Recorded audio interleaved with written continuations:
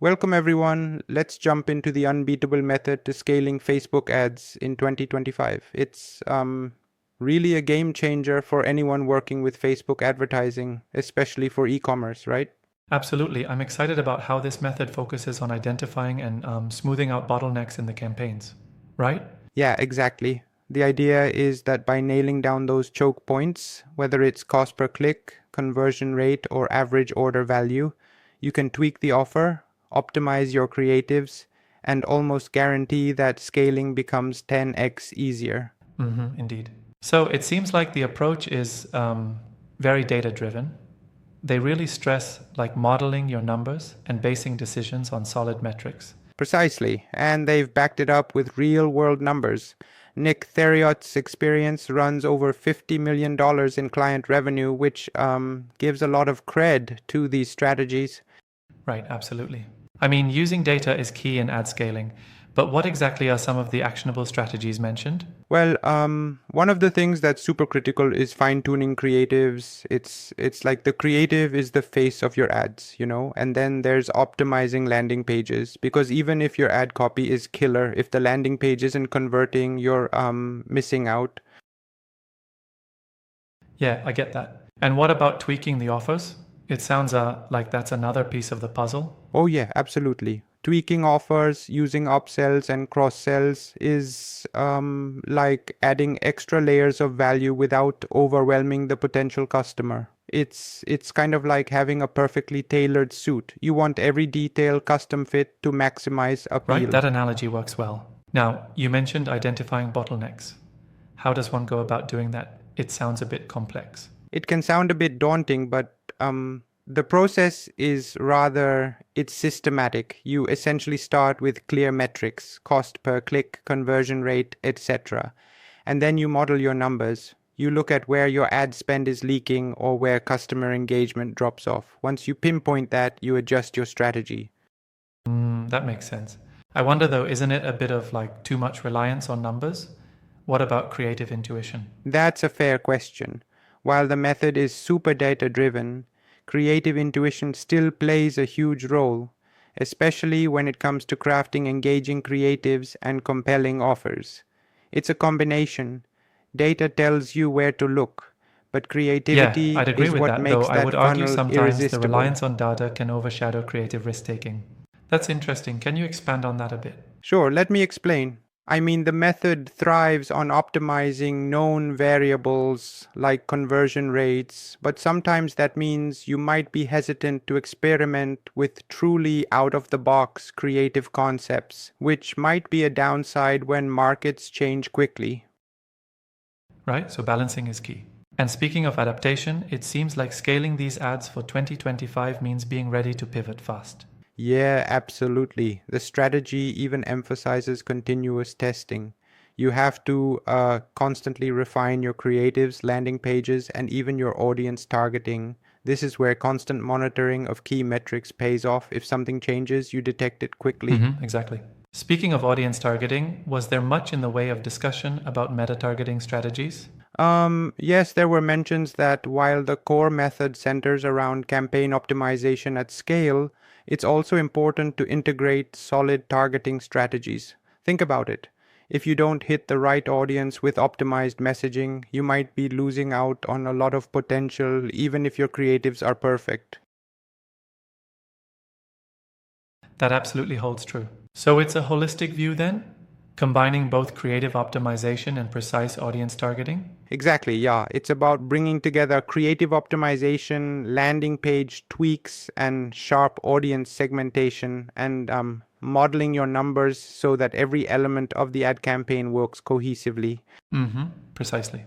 And what about the concept of using upsells and cross sells? How does that integrate into the scaling process? Well, that's another smart move. Once you capture a customer's interest, you want to maximize their lifetime value. By integrating upsells and cross sells, you're not just making a one time sale, you're like cultivating a longer term relationship. It's like getting more mileage out of a single customer.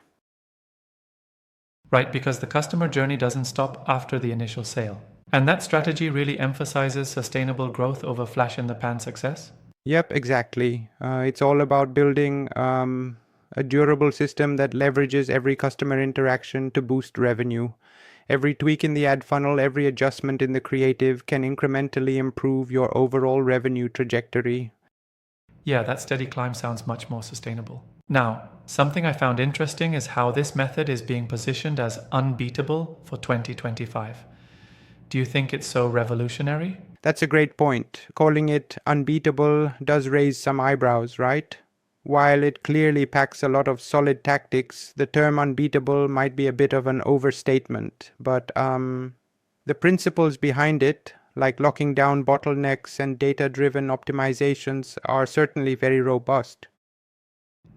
I see what you mean. So, while it might not be a magic bullet, it's definitely a comprehensive framework for scaling Facebook ads effectively. Right, exactly. It provides a blueprint for success, but it still relies on continuous monitoring and adaptability. It's not a once and done solution. It's more like a system that, if maintained correctly, can yield extraordinary results even under changing market conditions. Yeah, that ongoing effort is key. And I noticed there's a heavy emphasis on learning from experience, given Nick Theriot's long history in the space. How valuable is that historical context to aspiring advertisers? Very valuable indeed. When you have someone who's been running Facebook ads since 2015 and has generated over $50 million in revenue, you know these insights come from real world tests and tried and true tactics. It lends potent credibility to the Absolutely. method. It almost feels like learning from a seasoned veteran instead of reinventing the wheel, right? Exactly. It's like having a roadmap where most of the sharp turns and pitfalls are already marked out so you can optimize and scale efficiently. Yeah, that sounds spot on. I love how it emphasizes the idea of tweaking and testing continuously rather than setting something in stone and hoping for the best. That's right. Testing and experimenting on an ongoing basis means you're actively responding to the market. And when you combine that with granular metrics like cost per click, conversion rate, and average order value, you're really armed with the knowledge Absolutely. to make smart adjustments on the fly. Now, do you think this approach would work across all industries or is it mostly tailored for e commerce? Well, while the video does come from an e-commerce perspective, the underlying principles, solving bottlenecks, tracking key performance indicators, optimizing every step of the funnel, can very much translate to other industries. But the success would likely depend on how well you can adapt the customization to your That's a good particular nuance to context. highlight.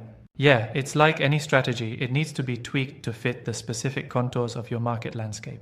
Exactly, yeah. The framework is robust, but the real world application always requires some tailoring. It reminds me of custom fitting a suit. The blueprint is there, but the exact fit has to be measured for each client. That's a perfect analogy. All in all, it seems that the unbeatable method is less about a secret sauce and more about diligently tracking your metrics and making calculated adjustments along the way. Correct. It's less magic, more meticulous execution combined with creative ingenuity. That's what really makes scaling Facebook ads tick these days. Right on, absolutely. I'm really inspired by how this method blends analytics, creativity, and constant iteration. It definitely gives advertisers a lot to think about as they plan for 2025. For sure. And if you're serious about scaling efficiently, it's about adopting a mindset where you're always learning from the data, testing new ideas, and adjusting quickly to, market That shifts. continuous improvement mindset is crucial.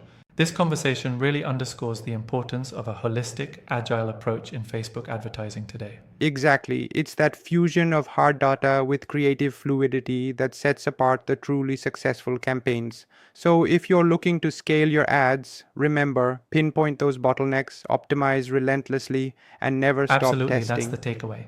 And it's clear that while the method is framed as unbeatable, it really comes down to rigorous strategy and adaptability over time. Right, no one size fits all solution here. It's all about the relentless pursuit of improvement and being unafraid to pivot when the data suggests you should.